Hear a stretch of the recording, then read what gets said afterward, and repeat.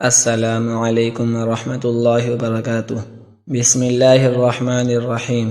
رسول اللہ صلی اللہ علیہ وسلم نے فرمایا، میرے 5 نام ہیں، میں محمد، احمد اور ماحی ہوں، یعنی مٹانے والا ہوں، کہ اللہ تعالیٰ میرے ذریعے کفر کو مٹائے گا، اور میں حاشر ہوں کہ تمام انسانوں کا قیامت کے دن میرے بعد حشر ہوگا، اور میں عاقب ہوں، یعنی خاتم النبیین ہوں، میرے بعد کوئی نیا پیغمبر دنیا میں نہیں آئے گا۔ صحیح بخاری، حدیث نمبر 3532۔ طاووس نے حضرت ابو ہریرہ رضی اللہ عنہ سے اور انہوں نے نبی اکرم صلی اللہ علیہ وسلم سے روایت کی، آپ نے فرمایا، ہر مسلمان پر اللہ تعالیٰ کا حق ہے کہ وہ ہر 7 دنوں میں کم سے کم ایک بار نہائے، اپنا سر اور اپنا جسم دھوئے۔ صحیح مسلم، حدیث نمبر 1963۔ میں نے ابو ہریرہ رضی اللہ عنہ سے سنا، انہوں نے بیان کیا کہ حضرت صلی اللہ علیہ وسلم نے فرمایا کہ مجھے ایک ایسے شہر میں ہجرت کا حکم ہوا ہے جو دوسرے شہروں کو کھا لے گا، یعنی سب کا سردار بنے گا۔ منافقین اسے یثرب کہتے ہیں، لیکن اس کا نام مدینہ ہے۔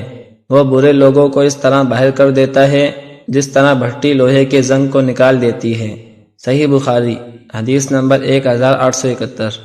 ہم غزوہ تبوک سے نبی کریم صلی اللہ علیہ وسلم کے ساتھ واپس ہوتے ہوئے جب مدینہ کے قریب پہنچے تو آپ صلی اللہ علیہ وسلم نے فرمایا کہ یہ تابہ آ گیا۔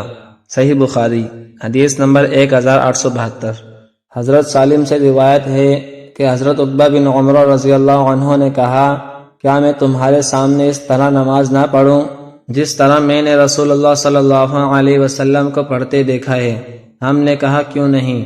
آپ کھڑے ہوئے، جب رکوع کیا تو اپنے ہتھیلیاں اپنے گھٹنوں پر رکھیں اور اپنی انگلیوں کو گھٹنوں سے نیچے رکھا اور اپنی بغلوں کو کھولا، بازوؤں کو پہلوں سے دور رکھا، حتیٰ کہ آپ کا ہر عضو سیدھا اور درست ہو گیا، اپنی جگہ پر جم گیا۔